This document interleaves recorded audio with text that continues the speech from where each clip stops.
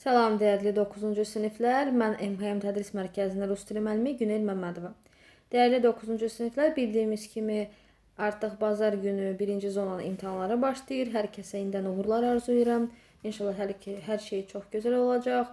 Əziz 9-lar, əsas odur, həyəcanlanmayın, çünki həyəcan sizə daha pis təsir edəcək.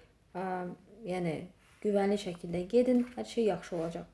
9-cu siniflər üçün yeni şəkil üzrə bir mətn düşdüyü üçün mən istəyərdim qısa olaraq siz nəyə diqqət yetirməlisiniz və mütləq şəkildə bu videonu imtahandan öncə izləyin. Bu həm yəni ayın 5-i verəcək şagirdlərə aiddir, həm də digər zonlara aiddir. Demək belə. Uşaqlar, əlbəttə biz bilirik ki, 3 şəkil bizə düşəcək və 35 sözdən az olmayaraq. Söz olaraq əlbəttə ki, qoşma, bağlayıcıları, ədədləri siz sayırsınız. Məsəl üçün biz predlogları da sayırıq, частица sayırıq. Bunları görürüksə, 100% görürüksə sayırıq. Yəni onu mütləq şəkildə bilin ki, onlar da sayın içinə daxildir. Say olaraq ancaq fikriniz onda olmasın ki, yox, tək 35 söz olsun, ancaq söz artırın və s. Hekayəniz maraqlı olsun. Necə ki, siz hekayə oxuyanda sizə nə maraqlı gəlir? Orada çoxlu, məsəl üçün, sifətlər olur, hansısa bir hərəkətlər olur, hissləri göstərir və s. Yəni, ən azı bir az söz bazanız olsa belə, özünüzdə qeydlər aparırsınız. Qıraqda qeydlər aparırsınız. Məsələn, mən burada 3 şəkil görürəm. Mənə burada zoopark sözü lazım olacaq, tutalım ki, yəni heyvanxana. Zoopark sözü lazım olacaq, tutalım ki, ata və qız sözü lazım olacaq. Ya atец yazırsınız, ya da papa yazırsınız. Sonra doçka sözü lazım olacaq. Yəni özünüzdə bir yerdə, yəni bu vərəqəyə aiddir, sual vərəqəsində, amma artıq hardakı cavabları yazacaqsınız, köçürəcəksiniz, orada yox. Çünki orada artıq səliqəli formada olsun.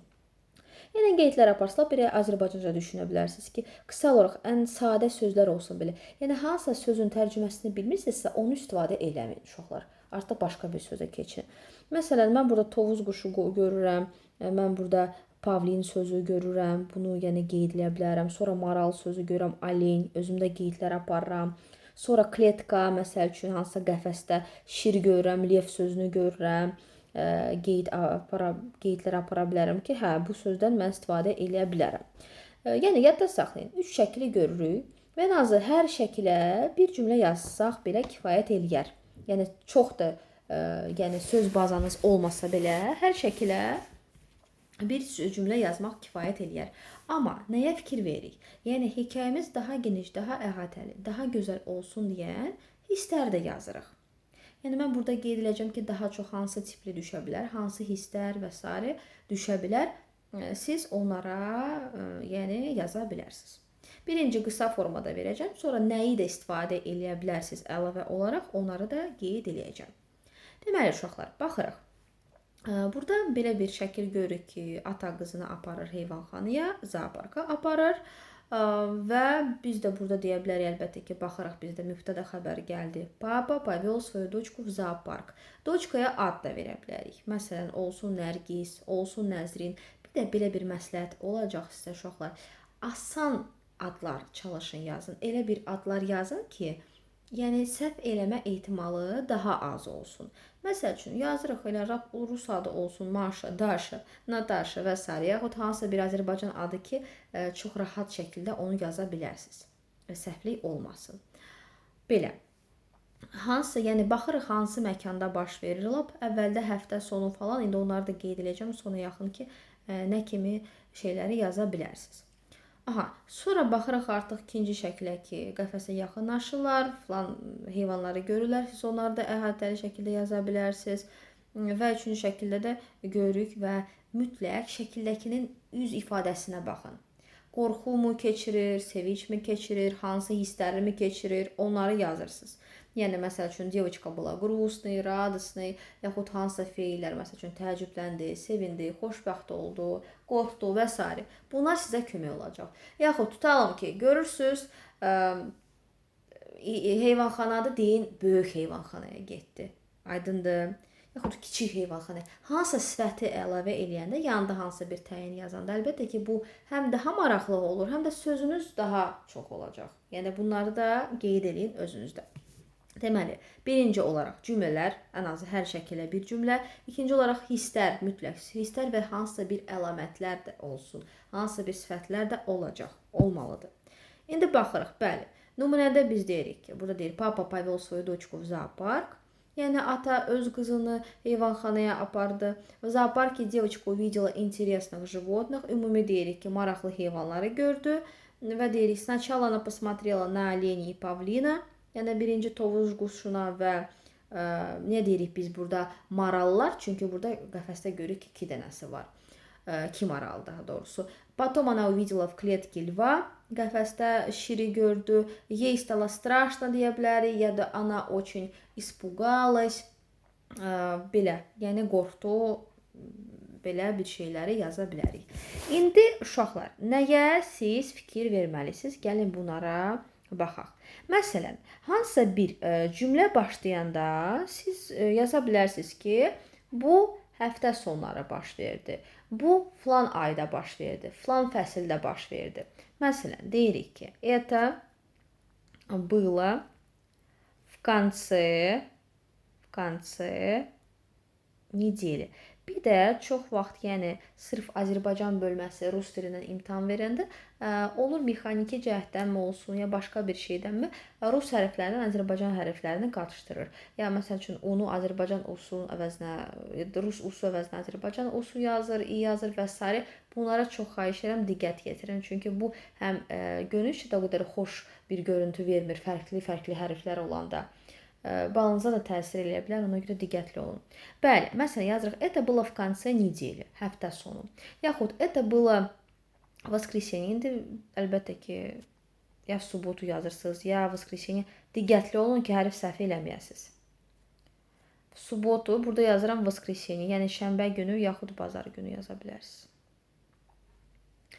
Havanı da yaza bilərsiniz. Baxın, hansısa bir peyzaj falan varsa onu da əlavə eləyə bilərsiniz. Çünki hekayə də maraqlıdır. Quru hekayə heç kimə maraqlı gəlməyəcək. Düzdür? Yəni fikriniz tək 35 söz olsun, yox. Çalışın 40 söz yazın, 45 söz yazın, lap 50 sözü yazın. Amma ki, əhatəli, geniş şəkildə, gözəl şəkildə olsun sizin hekayəniz. Bəli, воскресенье yazırıq burada. Deməli, ola bilər ki, это было летом yaza bilərsiniz, это было весной, это было... Yəni, burada indi qışa oxşamır, весной, летом daha çox uyğun gələcək, yaz, yay və s. Bunları qeyd edə bilərsiniz. Погода была хорошей. Погода. Или belə, очень хорошая погода была. Погода была солнечной yaza bilərsiniz. Yəni, havanı deyirsiniz ki, məsələn, ola bilər havanı göstərmək üçün, əgər günəşlidirsə, indi burada günəşlidir, solnичная deyirik, pagoda çünki женский roddur. Əgər yağışlıdırsa, məsəl üçün, дождливая deyirik. Tutqun bir havadırsa, пасмурная deyə bilərik. Yaxud dumanlı, tumanlı. Ya da sadəcə əla hava, замечательная, möhtəşəm hava deyə bilərsiniz. Havanı da qeyd eləsəz, artıq daha çox sözünüz olacaq.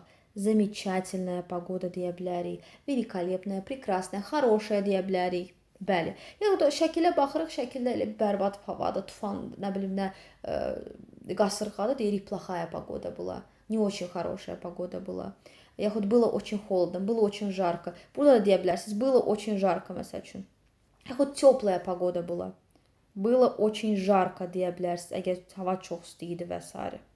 Bunu qeyd elədinizmi, sonra artıq digərlərə keçə bilərik. Sonra, bəli, hansısa bir hisslərə gəldikdə isə, hiss olaraq siz nəyi qeyd edə bilərsiniz? Məsəl üçün,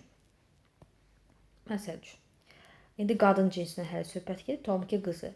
Gülümsədi, deyirik, улыбнулась. Sonra ağladı, deyirik, zaplakala. Bu sizə lazım olacaq. Məsəl üçün, baxır hansı şəkildir. Təəccübləndi, tez-tez, udiviliş. Çalışın hissləri də göstərin. Məsəl üçün, sonda göstərəsiniz. Hətta moral verici bir cümlə də verə bilərsiniz. Əgər tutalım ki, hansısa bir şəkildə görürük, kimsə kiməsə kömək edir, deyirik, нужно помогать всем. Нужно всех уважать və s. Udiviliş, sonra sevindi, обрадовалась, məsələn, yaza bilərik. Sonra darıxdırıcıdır, было скучно, nə bilim. Sonra nəsə maraqlı gələndə было интересно. Это было очень интересно, sonda yaza bilərsiniz və s. Это был прекрасный день yaza bilərsiniz sonda. Это был замечательный день. Это был прекраsный dень. Yaxud, məsəl üçün bu qorxdu falan deyirik. Этот день она никогда не забудет. Ola bilər, o da yaza bilərik. Yəni bu günü o heç vaxt unutmayacaq. Этот день она никогда не забудет. Sonda sizdə belə görürsünüz nə qədər sözümüz bizdə yarandı. Yəni bunları istifadə edə bilərik. Улыбнулась, заплакала, удивилась, обрадовалась və s. Sonra əslində siz daha çox gördünüz, nəsə bir sizdə bir şey var, dialoq istəyirsiniz. Ola bilər ki, dialoq da yaza bilərsiniz. Məsəl üçün, девочка sпросила. Qıza da bir ad qoyun. Девочка sпросила. Sпросила soruşdu. Sonra dialoqu başlayırsınızsa 2 nöqtə qoyun. Dırnaq arasına deyirik ki, а что это за животное? А что это за животное? А что это за животное? Məsəl üçün atasından soruşur. Какое это животное? Ya da ki daha asan olsun deyə какое это животное? Sonra отец ответил deyirik. Yəni dialoq elədiniz, elə bir daha artıq oldu, daha geniş oldu. Gördünüz, alınmır başqa bir şey. Məsəl üçün, это павлин. Tutalım ki. Это çalışın ki, tək dialoqdan ibarət olmasın ki, başqa bir təsvir falan da orada olsun. Yəni bunları da siz yəni əlbəttə ki, qeyd edə bilərsiniz uşaqlar. Sonra nəyə baxa bilərsiniz? Yəni burada siz şəkli təsvir etməli deyilsiniz, sadəcə şəkli. Ay solda budur, sağda budur. Yox. Geyimi lazım deyil, ay falan geyimdə və s. Okey, bilirsiniz, ola bilər ki, məsəl üçün qışdan söhbət gedir, hə deyirik ki, qalın geyimlə gedib şəhərə çıxdı, nə bilim, çölə çıxdı, özünlə xizək götürdü və s. sürüşməyə başladı. Bu başqadır. Amma yəni tək mən ancaq ay falan bir şey geyindi, kletkanın arxası belə rəngi idi və s. onu lazım deyil. Çünki şəkil təsviri deyil. Sadəcə hansısa bir hissləri təsvir edə bilərsiniz. Ha, bu qədər. Havanın təsvir edə bilərsiniz. Yəni görürsünüz, ilk cümlədə falan gündə baş verdi, hava belə idi yazanda artıq görürsünüz nə qədər sözünüz sizdə yaranmış olur. Bu da sizə plusdur. Bu da sizə müsbət təsir eləyəcək. Yəni belə bu formada da qeyd edirsiniz. Fərqi yoxdur. Məsələn, bir də tutalım ki, ей стало плохо, ей стало хорошо, yaxşı idi, pis idi və s. deyə bilərsiniz. Yenə deyirəm, əgər ibrətamiz bir hekayədirsə, elə ibrətamiz bir hekayə qururuqsa, baxan kimi məsəl üçün bilmək olar ki, hə, burada məsələn yaxşılıq eləyir. Kiməsə belə bir məsəl üçün şəkil üzrə də var idi. Hansısa bir qoca nənəyə kömək edirlər çantasını. Deyirik, нужно всем помогать deyirik sonda. Hə, ibrətamiz bir şey olanda. Нужно всех уважать. Yəni всем помогать. Məsələn, hamıya kömək eləmək lazımdır, hamıya hörmət eləmək lazımdır. Belə bir şeylər də qeyd edə bilərsiniz. Sonra nəyisə məsələn qərra gəlilir. Deyirik ki, məsələn, qız qərra gəldi ki, bunu eləsin. Qərra gəldi deyəndə deyirik ki, решила, məsəl üçün, pogulять. Gəzməyə qərra gəldi. Решилa'dan sonra məstər. Bir də keçmiş zamanda yazırsınız. Bu bir. İkincisi isə keçmiş zamanda yazırsınızsa, bu cinsə görə dəyişəcək. Baxırsınız, qızdırsa решила, oğlandısa решил, cəmdirsə решили. Bir də daha çox nədə səhvlər olur, bunları da sizə qeyd edeyim. İndi məsələn, bunu da qeyd edeyim, çünki çox vaxt söz sayına kömək eləyir. Məsələn, şəkildə görürsünüz ki, qızdır, deyirik ki, девочка. Məsəl üçün, однажды, yəni bir dəfə, это было утром, səhər idi məsələn, deyə bilərsiniz. Девочка по имени. По имени nə deməkdir? Falan adda. Görürsünüz 2 dənə söz. По имени məsəl üçün Nərgiz вышла на улицу. Вышла на улицу. Yəni küçəyə çıxdı. Yəni buna da fikir verirsiniz. Sonra artıq ondan söhbət gedəndə ana yazırsınız. O. Yəni hər dəfə девочка olmasa, bir dəfə девочка deyirsiniz, bir dəfə ana deyirsiniz. Yəni o üçüncü şəxsin təkində, qadın cinsində. Sonra bir dəfə deyirsiniz ki, adnan Nərgiz adı verirsiniz. Eləcə də oğlan, bir dəfə on deyirsiniz, bir dəfə malçık deyirsiniz. Parindirsə bu artıq böyük oğlandır da, cavan oğlan, gənc oğlan deyirik. Balaca 5 yaşlı uşağa, 10 yaşlı 12 yaşlarına biz parin deyə bilmərik. Artıq 17-18 yaşında gördünüz ki, şəkildə böyük bir adamdır biraz. Onda parin deyə bilərsiniz. Bir də çalışın bağlayıcı falan, məsəl üçün və deyirik, i deyirik. Sonra zaman göstərmək çox vaxt lazım olur. Məsəl üçün, когда они вышли на улицу, пошел дождь. Tutalım ki deyirik. Onlar küçəyə çıxanda yağış yağdı. Когда они, bu когда zamanı göstərirsə, mübtədadan qabaq elə bir onu verəcəksiniz. Когда они вышли на улицу, пошел дождь. Dождь пошел da deyə bilərsiniz, fərqi yoxdur. Bu formada da gedə bilərsiniz. Yəni yenə deyirəm qısa olaraq. Əvvəldə bu həftə sonu idi. Bu yayda baş verdi. Hava günəşli idi, hava yağışlı idi. Bunlara fikir verin. Bunlara yazırıq, sonra əsas hekayəyə giriş edirik. Amma çalışın ki, hər şəkilə ən azı bir cümlə olsun. Mən bir şəkilə çox cümlə yazım, ikinci şəkilə yazım, üçə heç yazmayım. Onu da fikir verirlər. Yenə buradan uşaqlar uğurlar arzulayıram. Qısa da olsa istəyirdim bunun haqqında məlumat verim. Əlavə bir sualınız olsa şərh bölməsində yaza bilərsiniz. Hər kəsə uğurlar.